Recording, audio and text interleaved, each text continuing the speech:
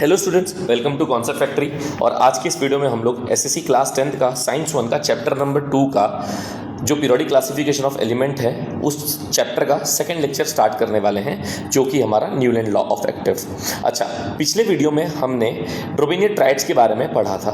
बच्चों, ये जो नीचे 3 क्वेश्चन दिए हुए हैं ये ड्रोबेनियर के ट्राइड्स के लॉ मतलब ड्रोबेनियर ट्राइड्स के नहीं हैं। ये आपको चेक करके बताना है कि क्या ये सचमुच ड्रोबेनियर ट्राइड्स के हैं कि नहीं, मतलब ड्रोबेनियर ने बनाए हुए ट्राइड्स हैं या नहीं हैं। तो सर मुझे क्या करना होगा? आपको कुछ नहीं करना है, आपको मैग्नीशियम और स्ट्रोंटियम के एटॉमिक मास ऑलरेडी दिए हुए हैं। आप मैग्नीशियम और स्ट्रोंटियम के एटॉमिक मास को प्लस करो, ओके, और उसको डिवाइड बाय 2 करो, तो आपका कुछ तो आंसर आएगा। वो आंसर अगर अप्रॉक्सीमेटली कैल्शियम के इक्वल आएगा तो ये ड्रोबेनियर ट्राइड है। अगर वो अप्रॉक्सीमेटली इक्वल नहीं आ रहा है तो ये ड्रोबेनियर ट्राइड नहीं है। सेम आप सेकंड वाले के लिए करो। आप ये S वाले एलिमेंट को और ये TE वाले एलिमेंट के एटॉमिक मास को प्लस करो, ये दोनों एलिमेंट के एटॉमिक मास को प्लस करो। उसका आंसर यानी कि 32.1 प्लस 127.6 और उसको फिर डिवाइड बाय 2, मतलब आपने क्या निकाला? मीन निकाला। फर्स्ट वाले और लास्ट वाले का मीन निकाला। तो जो आंसर आएगा अगर वो ये मिडल वाले एलिमेंट के इक्वल आ रहा है तो ये भी ड्रोबेनियर ट्राइड्स हैं, और अगर अप्रॉक्सीमेटली इक्वल नहीं आ रहा तो ये भी ड्रोबेनियर ट्राइड्स नहीं है। तो उस तरह से आपको ये 3 क्वेश्चन को सॉल्व करना है, जहाँ पर ये पता करना है कि ये वाले जो ट्राइड्स बनाए हुए हैं क्या ये सचमुच ड्रोबेनियर ट्राइड्स वाले ड्रोबेनियर ट्राइड्स को फॉलो करते हैं कि नहीं करते हैं। ओके, सो ड्रोबेनियर ट्राइड्स तो पिछले क्लास में हो चुका था। आज हम आते हैं हमारे अगले साइंटिस्ट जो जॉन न्यूलैंड है। अभी मुझे बताओ, ये जो जॉन न्यूलैंड साइंटिस्ट थे ना सर, ये इंग्लिश साइंटिस्ट थे, ओके, और इन्होंने भी एटॉमिक मास पर ही वर्क किया था। जैसे हमारे ड्रोबेनियर सर ने एटॉमिक मास पे वर्क किया था, उसी तरह से न्यूलैंड सर ने भी एटॉमिक मास पे ही वर्क किया। बट इन्होंने कुछ तो नया तरीका बनाया। इन्होंने ट्रायड की तरह नहीं किया, मतलब 3-3 का ग्रुप नहीं बनाया, इन्होंने 8-8 का अरेंजमेंट किया। 8-8 अब आपको समझ में आ रही है? 8-8 का अरेंजमेंट किया इसलिए नाम ऑक्टेव पड़ गया, क्योंकि कार्बन कंपाउंड जैसे चैप्टर में हम लोग पढ़ते हैं कि 8 को हम लोग ऑक्टेट बोलते हैं, तो वहां से कहीं से ये वर्ड आया है octaves. Okay, so in the year 1866 Newland arrange the element known at that time. उस टाइम पे एलिमेंट जितने पता थे, जितने एलिमेंट्स पता, मतलब जितने एलिमेंट डिस्कवर हो चुके थे उतने सारे एलिमेंट्स को अरेंज किया। अगेन ड्रोबेनियर जैसा increasing order of their atomic masses, increasing order of their atomic masses. तो सर एक मन में सवाल आता है कि सबसे पहला लाइटेस्ट एलिमेंट कौन होगा? तो उन्होंने स्टार्ट लाइटेस्ट एलिमेंट से किया, और लाइटेस्ट एलिमेंट उस टाइम पे था हाइड्रोजन, और एंड किस पे किया? थोरियम पे। थोरियम उस टाइम पे सबसे मतलब एटॉमिक मास में सबसे ज्यादा हेवियर था, और लाइटेस्ट कौन था? हाइड्रोजन। वापस से रिवाइज करते हैं। जॉन न्यूलैंड इंग्लिश साइंटिस्ट 1866 में इन्होंने भी अरेंज किया एलिमेंट को किसके बेसिस पर? उनके एटॉमिक मास के बेसिस पर, ओके, और उन्होंने स्टार्ट किया किससे? लाइटेस्ट एलिमेंट ऑफ हाइड्रोजन, और एंड कहां पे किया? थोरियम पे एंड किया, ओके।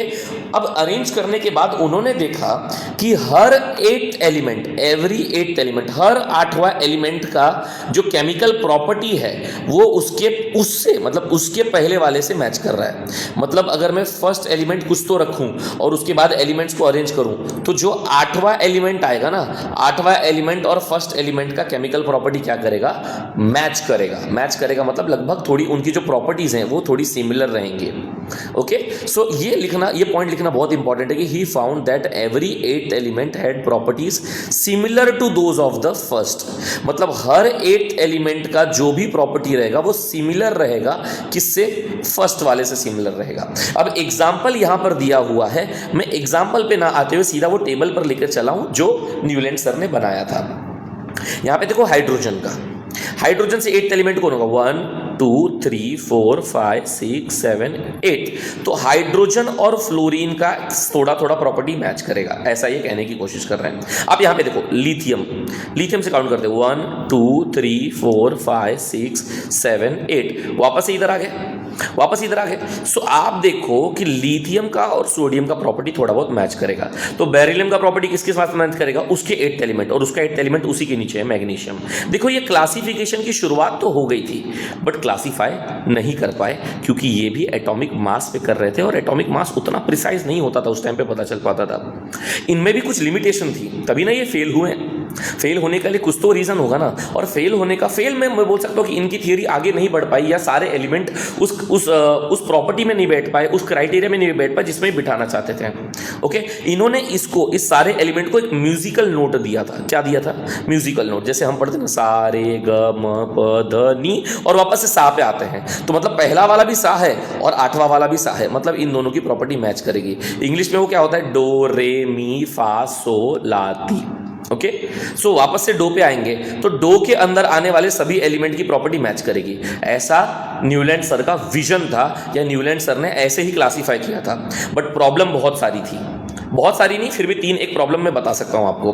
देखिए, सबसे पहले रूल ये कहता है कि एक बार में एक ही एलिमेंट होना चाहिए, बट यहां पर एक प्रॉब्लम आ गई, कोबाल्ट और निकल को साथ में रख दिया। यहां पर या तो कोबाल्ट होना चाहिए या तो निकल होना चाहिए। सर साथ में रखने का क्या रीजन होगा? इन दोनों का एटॉमिक मास लगभग सेम आता है। इन दोनों का, कोबाल्ट और निकल का एटॉमिक मास लगभग सेम आता है। तो ये नहीं समझ में आता था कि इधर कोबाल्ट आएगा कि निकल आएगा। अगर मैं कोबाल्ट पहले रख दूं, निकल बाद में रखूं, तो शायद निकल वाले लोग भड़क जाएंगे कि अरे कोबाल्ट को क्यों पहले रखा। अगर मैं निकल वाले को पहले रख दूं, कोबाल्ट को बाद में लिखूं, तो शायद कोबाल्ट वाले भड़क जाएंगे। तो समझ में नहीं आ रहा है कि इन दोनों में से किसको पहले रखा जाए और किसको बाद में रखा जाए। सो पहला प्रॉपर्टी, पहला डीमेरिट में, यानी पहला लिमिटेशन में बोल सकता हूं कि एक बार में एक एलिमेंट ना रखते हुए कहीं कहीं इन्होंने दो एलिमेंट को रखा है एक साथ। दूसरा, इनका ये जो थियरी है ये सिर्फ कैल्शियम तक ही चल पाया। मतलब बेरिलियम का प्रॉपर्टी मैग्नीशियम से मैच कर रहा है, मैग्नीशियम का कैल्शियम से मैच कर रहा है, बट ये एल्यूमिनियम का इनके साथ मैच नहीं कर रहा है, इनके साथ मैच नहीं हो रहा है। मतलब ये प्रॉपर्टी सिर्फ कैल्शियम तक ही चल पा रही है। ओके, पहला मतलब ये दूसरा वाला लिमिटेशन है कि इनका कैल्शियम तक चला गया। फर्स्ट क्या था? एक बार में एक एलिमेंट ना रखते हुए 2 लोगों को रखा गया है। तो थर्ड क्या था? चलो हमने फर्स्ट पढ़ा लिमिटेशन, सेकंड पढ़ा लिमिटेशन, अब पढ़ेंगे थर्ड वाला। थर्ड लिमिटेशन ये था कि क्लोरीन का बिल्कुल भी प्रॉपर्टी कोबाल्ट और निकल जैसा नहीं है। मतलब कोबाल्ट और निकल को गलत बॉक्स में रख दिया है। एक्चुअली कोबाल्ट और निकल की जो प्रॉपर्टी वो आयन के साथ मैच करती है। आयन कौन से नोट में है? टी वाले नोट में, टीआई वाले नोट में है। तो इस कोबाल्ट और निकल को भी टीआई में होना चाहिए, बट ये टीआई में ना होते हुए इधर डू में रख दिया इनको, पता नहीं क्यों, बट ये डू में आ गया। क्या इनकी प्रॉपर्टी डू के साथ मैच करती है? डू वाले एलिमेंट्स के साथ नहीं, इसकी प्रॉपर्टी टी वाले एलिमेंट के साथ मैच करती है, एफ के साथ मैच करती है, ओ के साथ, एस के साथ। तो यहां रखना चाहिए था, यहां ना रखते हुए इन्होंने इनको यहां रख दिया। इसकी वजह से ये तीसरा इनका लिमिटेशन बन गया। तो आई होप आपको समझ में आएगा कि न्यूलैंड ऑक्टेव कौन थे। वापस से रिवाइज करते हैं। इंग्लिश साइंटिस्ट जॉन न्यूलैंड नाम है। 1866 में इन्होंने भी एलिमेंट्स को अरेंज किया, किसके बेसिस पर?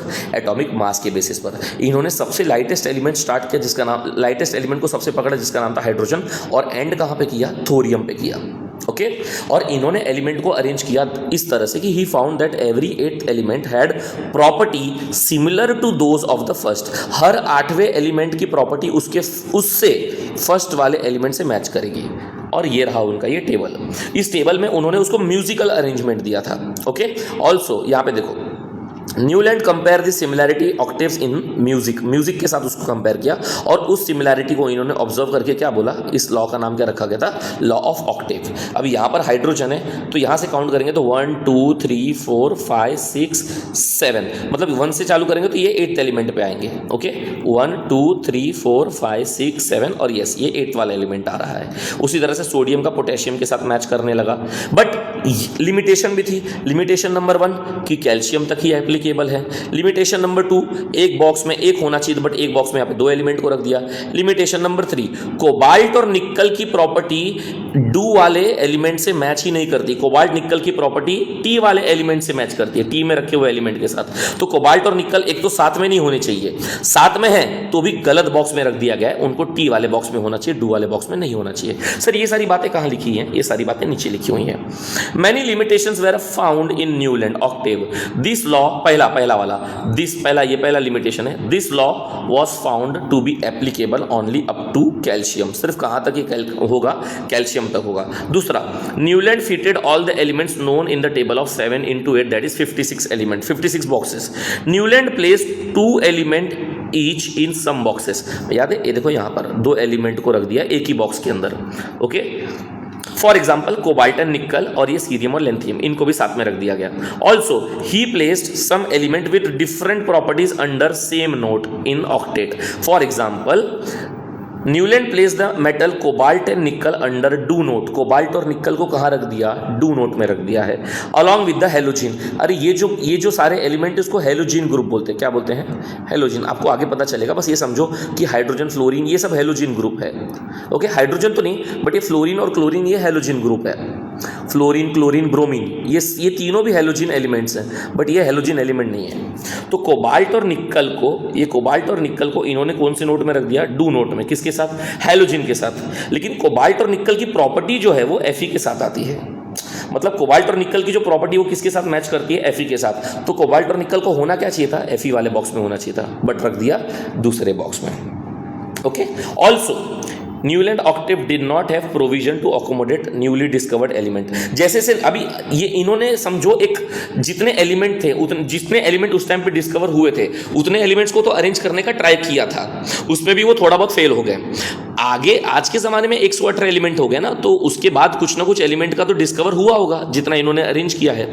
तो जैसे से नए एलिमेंट्स का आविष्कार या नए नए एलिमेंट्स का डिस्कवरी हो रही थी, न्यूलैंड उन सबको ऐसे एडजस्ट नहीं कर पा रहा था। मतलब Newland octave did not have provision to accommodate newly discovered element. Okay, ठीक है। The property of the new element discovered later did not fit in the Newland law of octave. मतलब जो नए एलिमेंट आ रहे थे, वो एलिमेंट की जो प्रॉपर्टी थी वो ये जैसे इन्होंने बॉक्स बनाया था, इस बॉक्स में से फिट नहीं हो रही थी, और इसलिए ये क्या हो गए? फेल हो गए।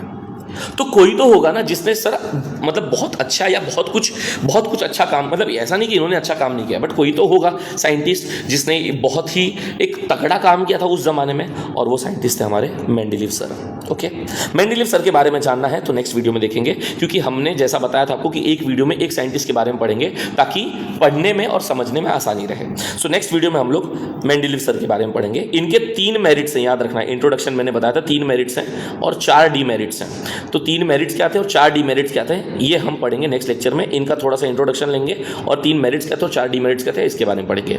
तब तक के लिए बाय बाय।